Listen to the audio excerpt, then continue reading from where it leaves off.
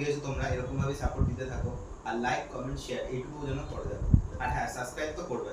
তো আজকে আবার নিয়ে চলে এসেছি খুবই কাছের মানুষ একটা, এনার নাম হচ্ছে অলকা ঘোষ। তো ইনি বলতে পারো আমার রিলেটিভ হয়। তো ইনি মানে এনার অভিজ্ঞতা আজকে শেয়ার করবে আমাদের সাথে। তো এনার অনেক ধরনেরই গল্প আছে, তো সেরকমই একটা গল্প আমাদের সামনে আজকে তুলে ধরবো। তো এরকম ভাবে তোমরাও যদি বলতে চাও তাহলে প্লিজ কমেন্ট করো, কমেন্ট করে তোমাদের নাম ইমেল ওখানে কমেন্ট করবা, আমরা তারপরে ডিএম করে দেবো। তো আজকে আমার মানে বলতে পারো আমার দিদা হয়, তো সে কিছু বলবে। বলো তোমার একটা ঘটনা বলো।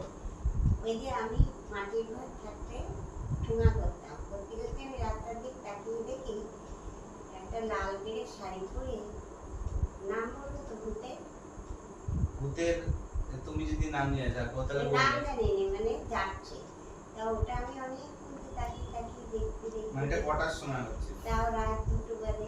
তুমি কি করছিলে ওই সময়? আমি বসে ঠুঙা করছিলাম, মাটির ঘরে বসে বসে। মানে তোমাদের বাড়ির সামনে দিয়ে, মানে রাস্তা দিয়ে অনেকটা দূরে তাকিয়ে দেখি যে কি এটা মানুষ কিছু না, দেখি লাল শাড়ি পরে আস্তে আস্তে হেঁটে যাচ্ছে। মানে তখনকার দিনে তত বাড়ি ঘর ছিল না, রাস্তাটা হ্যাঁ। ফাঁকাই থাকতো।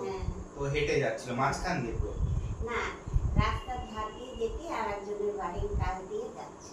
তারপরে আমি ঠুঙা করতে করতে আমি দেখলাম, দেখে চুপচাপ থাকলাম, কাউকে আর বললাম না। তখন আমারও ভয় থাকতো, ছেলে মেয়েও ছোট ছিল, ভয়ে আর বলিনি, ওই পর্যন্তই থাকি। তারপর ওরা এখন আমার বড় হলো, তারপরে বললাম।